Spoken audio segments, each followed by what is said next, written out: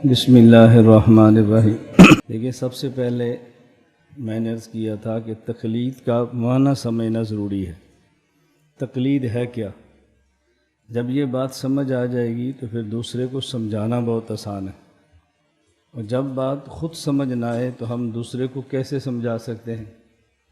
میں نے اس لیے آپ سے گزارش کی تھی کہ لوگ اپنے آپ کو توحیدی کہلانے پر فخر محسوس کرتے ہیں، اور ہم خود کو تقلیدی کہلانے پر فخر محسوس نہیں کرتے۔ لوگ کہتے ہیں میں توحیدی ہوں، اور ہم خود کو تقلیدی کہنے پر فخر محسوس نہیں کرتے، عار محسوس کرتے ہیں۔ یعنی تقلید کرتے بھی ہیں اور تقلید کرنے کو فخر بھی محسوس نہیں کرتے۔ جیسے میں نے آپ سے صبح کہا تھا کہ ہم خود کو دیوبند سے منسوب بھی کرتے ہیں اور دیوبندی کہلوانے میں عار بھی محسوس کرتے ہیں۔ یہ کیسی نسبت ہے کہ جس نسبت اور انسان کو عار محسوس ہو؟ تو تقلید سمجھنے کے بعد اب تقلید کے دلائل سمجھے۔ ایک ہے تقلید مطلق اور ایک ہے تقلید شخصی۔ تقلید مطلق اور تقلید شخصی میں کیا فرق ہے؟ اللہ کے رسول صلی اللہ علیہ وسلم کے علاوہ کسی بھی شخص کی بات کو جس پر اعتماد ہو کہ اس کے پاس دلائل ہیں، اس کی بات مانے اور دلیل نہ مانگے، یہ ہے تقلید مطلق۔ کسی بھی شخص، خلیفہ راشد، صحابی، بزرگ، ولی، عالم، اللہ کے رسول کے علاوہ کسی بھی شخص کی بات کو مانے، اس سے مسئلہ پوچھے اعتقاد کے ساتھ، پورا یقین و دلیل ان کے پاس ہے، لیکن دلیل کا مطالبہ نہ کرے، یہ تقلید مطلق ہے۔ اور تقلید شخصی کا معنی کہ ایک ہی فرد کو متعین کر لے کہ میں اپنے تمام مسائل اسی شخص سے پوچھوں گا، اپنے تمام مسائل اسی کے اصولوں کی روشنی میں لوں گا، یہ ہے تقلید شخصی۔ ہم تقلید مطلق کے بھی قائل ہیں اور تقلید شخصی کے بھی قائل ہیں۔ باقی دنیا میں لوگ تقلید مانتے ہیں، تقلید کرتے بھی ہیں، لیکن اپنی زبان سے تقلید کا اظہار نہیں کرتے۔ تقلید کریں گے، تقلید مانیں گے، لیکن اس کا نام تقلید کی بجائے کوئی اور رکھ لیں گے۔ مانیں گے ضرور، ایسا نہیں ہو سکتا کہ نہ مانیں اور نہ کریں۔ اور ہم تقلید مانتے بھی ہیں، تقلید کرتے بھی ہیں، اور اس کا نام بھی تقلید ہی رکھتے ہیں۔ تو بعض لوگ تقلید کے لفظ سے چڑھتے ہیں، باقی کرتے وہ تقلید ضرور ہیں، وہ لفظ برداشت نہیں کرتے۔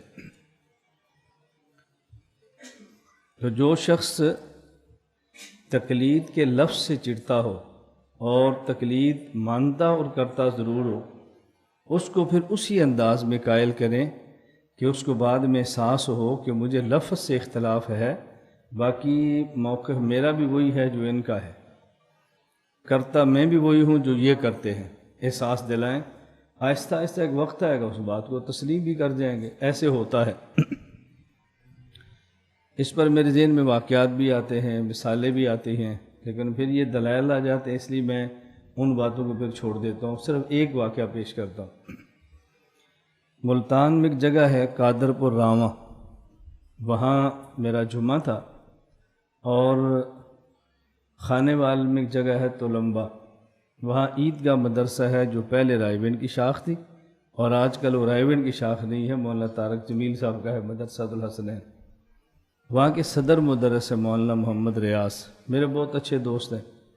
تو انہوں نے مجھے فرمایا کہ جمعہ پڑھانا ہے قادرپور راواں، تو آپ تھوڑا سا وقت زیادہ لے کر آنا، جمعے سے پہلے ایک بندے سے ملاقات کرنی ہے۔ تو میں جمعے سے پہلے کی بجائے جمعرات کی رات چلا گیا۔ میں نے کہا رات ٹھہریں گے، گپ شپ بھی لگائیں گے، صبح ملاقات بھی کر لیں گے، وقت ہے میرے پاس۔ خیر ہم رات وہاں ٹھہرے، صبح اس بندے کو ملنے کے لیے گئے۔ اب اس بندے کی عمر کافی 60 سال سے زیادہ تھی، ممکن ہے 70 سے بھی زیادہ، عمر کافی تھی جس کو ملنا تھا۔ مولانا ریاض صاحب مجھے فرمانے لگے کہ اس شخص کے پاس ہم مولانا طارق جمیل صاحب کو لائے تھے، یا مولانا خود تشریف لائے تھے اس بندے کو دعوت دینے کے لیے۔ آگے سے اس نے کہا کہ میں اس قبر میں جہاں مردے کو دفن کرتے ہیں قبر کے عذاب کو نہیں مانتا۔ کیوں نہیں مانتا؟ اس لیے کہ عذاب قبر کا ذکر قرآن کریم میں نہیں ہے۔ باقی احادیث وہ جھوٹ کا پلندہ ہے، میرے سامنے کوئی حدیث پیش نہ کرو۔ قرآن کریم ہوگا تو مان لیں گے، قرآن کریم نہیں ہوگا تو میں نہیں مانوں گا۔ اب میرے سمجھ میں آ گیا اب اس بندے کی بیماری کیا ہے۔ مولانا نے اس کو یہ بات سمجھائی کہ دیکھو نماز کا حکم قرآن میں ہے، تفصیلات حدیث میں ہیں، حج کا حکم قرآن میں ہے، تفصیلات حدیث میں ہیں، اور روزے کا حکم قرآن میں ہے، تفصیلات حدیث میں ہے۔ اسی طرح عذاب اور ثواب کا ذکر قرآن میں ہے اور تفصیلات اس کی حدیث کے اندر ہے۔ اس نے کہا نا حدیث جھوٹ کا پلندہ، حدیث نہ پڑھو۔ اب ہم سمجھتے ہیں کہ سب سے پہلے اس بندے کی بیماری سمجھو، اس بندے کا مرض کیا ہے، اس کے بعد ہی اس کا علاج ہوگا نا۔ فن کا بندہ فن کو بہت اچھی طرح سمجھتا ہے۔ میں اپنے پاس ایک کتاب لے کر گیا جس میں 6 کتابیں اکٹھی لکھی ہیں، بخاری، مسلم، نسائی، ترمذی، ابو داؤد، ابن ماجہ اکٹھی ہیں، وہ ایک جلد میں، اس میں حاشیہ نہیں ہے، کچھ بھی نہیں۔ خیر میں لے کر چلا گیا، وہاں جب بیٹھے تو میں نے کہا جی جو بات آپ فرمانا چاہتے ہیں فرمائیں۔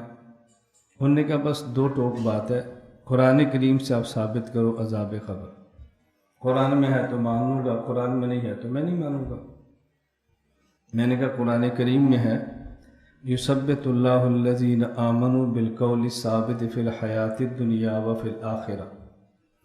اللہ تعالیٰ ایمان والوں کو کلمہ طیبہ کی برکت سے ثابت قدم رکھتے ہیں دنیا میں اور قبر میں۔ اس نے کہا جی قرآن کریم میں تو قبر کا لفظ نہیں ہے، قرآن کریم میں فی الدنیا یثبت اللہ الذین آمنوا بالقول الثابت فی الحیات الدنیا وفی الآخرہ۔ یہاں تو آخرت کا لفظ ہے، قبر کا تو نہیں ہے۔ اب میں چاہتا تھا کہ وہ یہ سوال کرے، تو جس لائن پہ میں اس کو چڑھانا چاہ رہا تھا نا اس لائن پہ آ رہا تھا۔ میں نے کہا قرآن کریم میں ہے آخرت میں؟ کہا جی آخرت میں۔ میں نے کہا ایک ہے فی الدنیا، ایک ہے فی الآخرہ۔ دنیا کہاں ختم ہوتی ہے، حشر پر یا موت پر؟ کہا جی موت پر۔ میں نے کہا موت کے بعد پھر کیا ہے؟ موت کے بعد تو آخرت شروع ہو گئی نا۔ موت پر دنیا ختم ہو گئی، آخر شروع ہو گئی آخرت۔ اب آخرت کے لیے کئی جگہ ہیں، نمبر 1 موت سے لے کر قیامت تک، نمبر 2 میدان محشر، نمبر 3 پھر پل صراط، نمبر 4 پھر جنت یا جہنم۔ اب یہ جو آخرت کا یہاں لفظ ہے، اس آخرت سے مراد کون سی جگہ ہے؟ اب مجھے کوئی اگر بندہ فون کرے اور فون کر کے پوچھے کہ مولانا صاحب کہاں بیٹھے ہو، میں کہتا ہوں ملتان۔ وہ پوچھے گا ملتان کون سی جگہ؟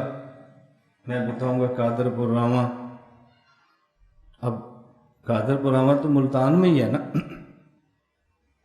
میں نے کہا اسی طرح جو بندہ مجھ سے پوچھ رہا ہے رسول اکرم صلی اللہ علیہ وسلم پر اللہ کا قرآن نازل ہوا ہے، نہ قرآن آپ پر نازل ہوا ہے نہ مجھ پہ نازل ہوا ہے۔ قرآن کریم میں ہے کہ اللہ ثابت قدم رکھتے ہیں کلمے کی وجہ سے آخرت میں۔ اب یہاں آخرت سے مراد کون سی جگہ ہے؟ قبر ہے، حشر ہے، جنت ہے، کون سی جگہ ہے؟ تو یہ نہ میں بتا سکتا ہوں نہ آپ بتا سکتے ہیں۔ اب یہ تو بتائیں گے اللہ کے رسول صلی اللہ علیہ وسلم۔ آپ مجھے کوئی حوالہ دے دیں کہ اللہ کے نبی فرمائیں یہاں آخرت سے مراد ہے حشر، تو میں آپ کی بات مان لیتا ہوں، یا میں حوالہ دے دیتا ہوں کہ یہاں آخرت سے مراد ہے قبر، تو آپ مان لیں، کیونکہ قرآن کریم تو میرے اوپر آپ پر نازل نہیں ہوا نا، رسول اللہ صلی اللہ علیہ وسلم پر نازل ہوا۔ تو دیکھو میں کتاب کھولتا ہوں، میں حدیث کا لفظ نہیں استعمال کر رہا۔ اس کو چڑ یہ سے تھی، میں نے کہا دیکھو میں کتاب کھولتا ہوں، یہ حدیث موجود ہے، اللہ کے نبی فرما رہے ہیں کہ جب ایک شخص کو قبر میں رکھا جاتا ہے فَيُنَادِ مُنَادٍ مِّنَ السَّمَاءِ، پھر فرشتہ اعلان کرتا ہے اَفْرِشُوا لَهُ مِنَ الْجَنَّةِ أَلْبِسُوا لَهُ مِنَ الْجَنَّةِ، فرشتہ اعلان کرتا ہے۔ اور نم کا نومت العروس، آگے اللہ کے نبی فرماتے ہیں ھذا قول اللہ یثبت اللہ الذین آمنوا بالقول الثابت فی الحیات الدنیا وفی الآخرہ۔ تو حضور پاک نے آخرت کا معنی قبر بتایا ہے، ہم تو نہیں بتا رہے۔ اب اس کا اس کے پاس کوئی جواب نہیں تھا۔ ہمارا فن ہے، ہم سمجھتے ہیں کہ اس بندے کو قابو کہاں سے کرنا ہے، اس بندے کی بیماری کون سی ہے، اس بندے پر بات کہاں سے شروع کرنی ہے، کہاں سے ختم کرنی ہے۔ تو میں نے پوری گفتگو میں حدیث کا نام نہیں لیا، لیکن اس کو اس بات پر لے آیا کہ یہ بات حدیث سے ثابت ہے۔ تو میں یہ کہہ رہا تھا کہ تقلید یہ کرتے ہیں، بس تقلید کا نام نہیں لیتے، تو ان کو ثابت کراؤ۔ میں ایک مرتبہ بحرین ایک جگہ پر تھا، تو ایک شخص کے آفس میں تھے اور وہ خود غیر مقلد تھا۔ مجھے وہ کہتا ہے جی آپ کہتے ہیں کہ اللہ تعالیٰ ہر جگہ پر ہیں، آپ کی کیا دلیل ہے؟ میں نے کہا وَلِلَّهِ الْمَشْرِقُ وَالْمَغْرِبُ فَأَيْنَمَا تُوَلُّوا فَثَمَّ وَجْهُ اللَّهِ۔ مشرق اور مغرب اللہ کا ہے، جس طرف تم رخ کرو گے اس طرف اللہ کی ذات ہے۔ مجھے کہتا ہے جی اس سے مراد اللہ کی ذات نہیں ہے، اس سے مراد ہے اللہ کا علم، اللہ کی قدرت۔ میں نے کہا ٹھیک ہے، اب فَثَمَّ وَجْهُ اللَّهِ لکھا ہوا ہے نا، اس سے مراد علم ہے، قدرت ہے، ذات ہے۔ کسی ترجمے سے پتہ چلے گا۔ کوئی تمہارے پاس ترجمہ ہے؟ کہا جی ہے۔ میں نے کہا لاؤ۔ وہ ترجمہ تھا احسن بیان مولانا محمد جوناگڑھی صاحب کا، جو ان کا اپنے۔ میں نے کہا پڑھو ترجمہ۔ اس میں لکھا مشرق بھی اللہ کا، مغرب بھی اللہ کا، جدھر تم منہ کرو ادھر منہ اللہ کا۔ میں نے کہا منہ علم کا ہوتا ہے یا ذات کا ہوتا ہے؟ تو اس کے اپنے عالم تھے۔ مجھے کہتا ہے میں نا ان سے پوچھ کر بتاتا ہوں۔ میں نے کہا ان سے نہ پوچھو، آپ اللہ سے پوچھو۔ یہ اللہ سے کیسے پوچھیں؟ میں نے کہا جب حدیث کا معنی ہم امام ابو حنیفہ سے پوچھیں گے تو ہم تقلید کر کے مشرک بن جائیں گے، اور جب تو قرآن کا معنی ایک عالم سے پوچھے گا تو اللہ کو چھوڑ کر عالم کی بات مان کے تو بھی تو مشرک بن جائے گا نا۔ تو میں چاہتا ہوں کہ تم مشرک نہ رہے، تو موحد ہی رہے۔ ہم مشرک رہیں جو امام سے پوچھتے ہیں، تو موحد رہے تاکہ تو براہ راست اللہ سے پوچھ کہ یا اللہ حنفی مولوی آیا ہے، اس نے سوال کیا، میں پھنس گیا ہوں، تو میں اس کو کیا جواب دوں؟ جو میں نے کہا اتنی سی بات ہے، بس یہی تقلید ہے جو تو کر رہے نا، یہی تقلید ہے۔ بس فرق کیا ہے کہ ہم امام صاحب سے پوچھ لیتے ہیں جو صحابہ کا دور کا بندہ ہے، تو آج کے مولوی سے پوچھتا ہے جو 15ویں صدی کا ہے، پوچھتے سارے کسی سے۔ میں نے کہا آپ اس کا معنی کیا کرے گا تو؟ اب دیکھو تقلید کر رہے ہیں نا، وہ بھی کر رہے ہیں۔ عجیب۔ میں نے شام آپ سے کہا تھا کہ میرا جی چاہتا ہے مستقل میں اس پر ایک بیان کر کے آپ کو ایسی باتیں سمجھاؤں کہ جو سوال ہوتا ہے نا، اس سوال کے اندر جواب موجود ہوتا ہے، اسی کے اندر موجود ہوتا ہے۔ میں شروع کروں گا پھر یہ سبق رہ جائے گا اور وہ ساری باتیں آ جائیں گی، اسی کے اندر ہوتا ہے۔ جو سوال ہے اسی کے اندر جواب ہے۔ یہ بات کرنا سیکھو۔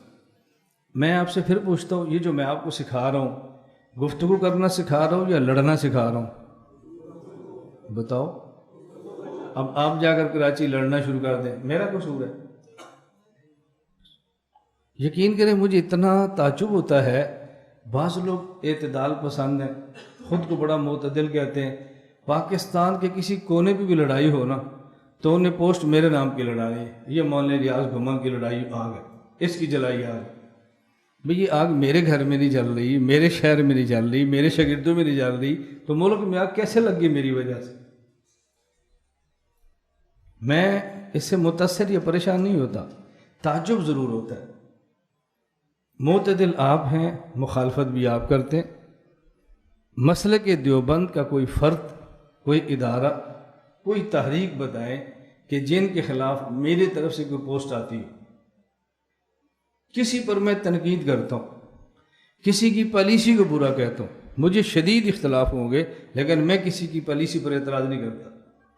میری پالیسی پر اعتراض آپ کرتے ہیں، پوسٹیں آپ بناتے ہیں اور تحریریں آپ لکھتے ہیں، اور پھر آپ سارے معتدل ہیں اور میں اکیلا متشدد ہوں۔ یعنی جو چپ ہے وہ متشدد ہے اور جو لگے ہوئے ہیں وہ معتدل ہے۔ کیسا اعتدال ہے یہ؟ اللہ پاک مجھے سمجھ عطا فرمائے یا پھر مجھے ہی سمجھ عطا فرمائے۔ ہمارے استاد سے فرماتے تھے میں مر جاؤں یا پھر میں ہی مر جاؤں۔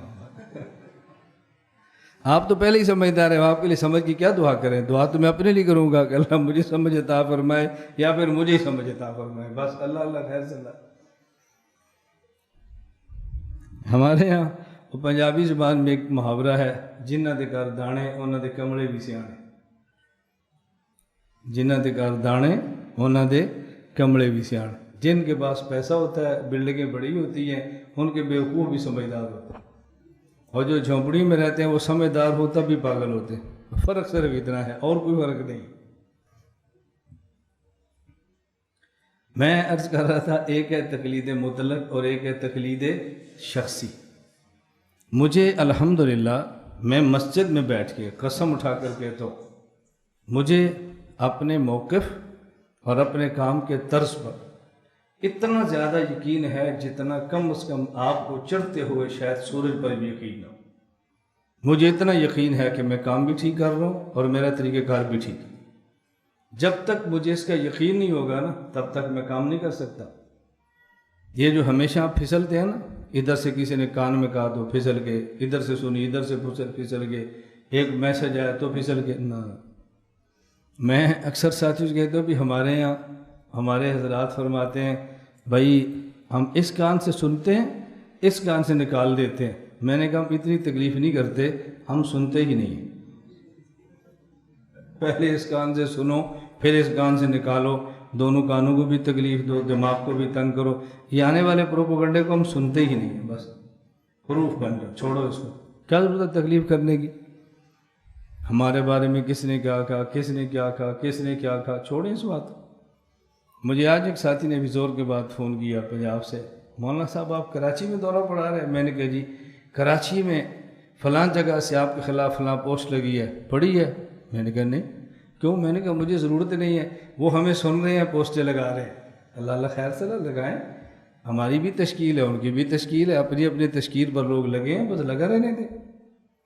ہماری تشکیل ہے کہ سمجھائیں، اپنوں کو غیروں سے بچائیں، ان کی تشکیل ہے کہ اپنوں کو اپنوں سے بچائیں، بس۔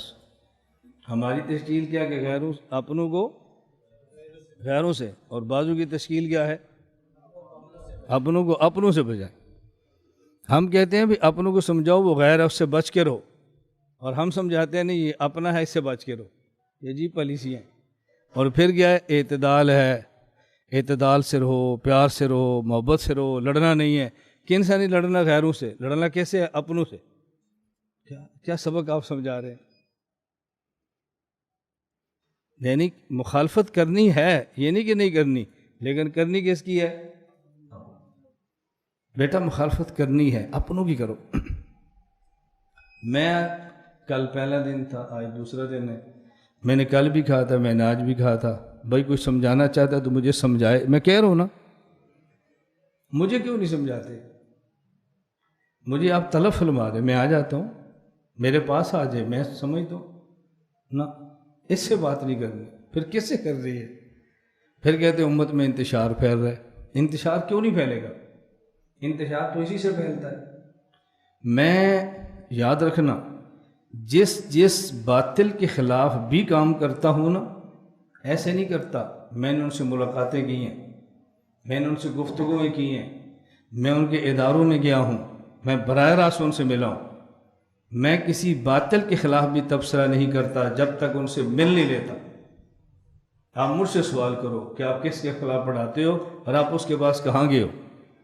میں ان کے جامعات میں گیا ہوں، ان کی شخصیات سے ملا ہوں، براہ راست مل کر موقف معلوم کیے، اس کے بعد سیٹ پر بیٹھتا ہوں۔ ایسا نہیں ہے کہ سنا اور کہہ دیا، کفا بالمرء کذبا ان یحدث بکل ما سمع۔ میں دنیا میں جھوٹ نہیں بناتا، کہیں سے سنوں اور کہہ دوں۔ میں ان کے جامعات میں گیا ہوں، ان کے اداروں میں گیا ہوں، ان کے لائبریریوں میں گیا ہوں، ان سے ملاقاتیں میں نے کی، اس کے بعد میں نے شروع کیے۔ میں تو غیر کے خلاف نہیں بولتا جب تک اتنی تحقیق نہ کر لوں، اور تم اپنوں خلاف بولتے ہو بغیر ملاقات کے، بغیر پوچھے، بغیر سنے۔ نہ سبق سننے، نہ فائل دیکھنی ہے، نہ کاپی پڑھنی ہے، بس مورچہ بند ہے، مورچہ بند۔ تو بھائی اللہ پاک ہم سب کی اصلاح فرمائے، اللہ تعالیٰ ہم سب کو سمجھ فرمائے۔ میں پھر آپ سے کہتا ہوں، یہ میں بات آپ کو کیوں کہہ رہا ہوں؟ یہ میں بات صرف اس لیے کہہ رہا ہوں کہ آپ نے ایسے نہیں کرنا، بس آپ نے ایسے نہیں کرنا۔ شعر پڑھنے بہت آسان ہے۔ شہداء نے پکارا ہے تم کو فردوس کے بالا خانوں سے، ہم راہ وفا میں کٹ آئے تمہیں پیار ابھی تک جانوں سے، اس جذبہ ایک گل بوسی میں کچھ کانٹے بھی چپ جاتے ہیں، اپنوں کے نشتر سہ لینا ٹکرانا فقط بیگانوں سے۔ شعر پڑھنے آسان ہے، عمل مشکل ہے، ہم عمل کر کے دکھا رہے ہیں۔ یہاں سے اٹھنے والا طالب علم 4 دن کے دورے یا 5 دن کے دورے کے بعد آپ اس سے پوچھنا کہ تیری اس شخص نے کس کے خلاف ذہن سازی کی۔ میں نہیں کرتا اپنے اپنے ہیں جیسے بھی ہوں، یاد رکھنا اپنے اپنے ہیں جیسے بھی ہوں۔ ہم اپنوں کو چھوڑ نہیں سکتے اور غیروں کو ہم برداشت نہیں کر سکتے، یہ ہمارے بس میں نہیں ہے۔ دیکھو ہم اپنے حجرے پر بیٹھے ہیں، طلباء کے ساتھ بیٹھے ہیں، اپنے کام میں لگے، ہر فائل پڑھا رہے ہیں، ایک عنوان پہ پڑھا رہے ہیں، سارے عنوانات چل رہے ہیں جی، لیکن آپ کو ذہن کیا دیں گے؟ کوئی نہیں کہے گا کہ ماشاءاللہ ہر عنوان پہ پڑھاتے ہیں، دیکھو کتنا بڑا دل ہے ان کا، دیکھو کتنے وسیع ظرف ہیں، دیکھو کس طرح اپنے مسلک کا دفاع کرتے ہیں، دیکھو کس طرح اپنے اکابر کی صفائیاں پیش کرتے ہیں۔ ہم کہتے ہیں ہر موضوع کو پڑھو، ہر موضوع۔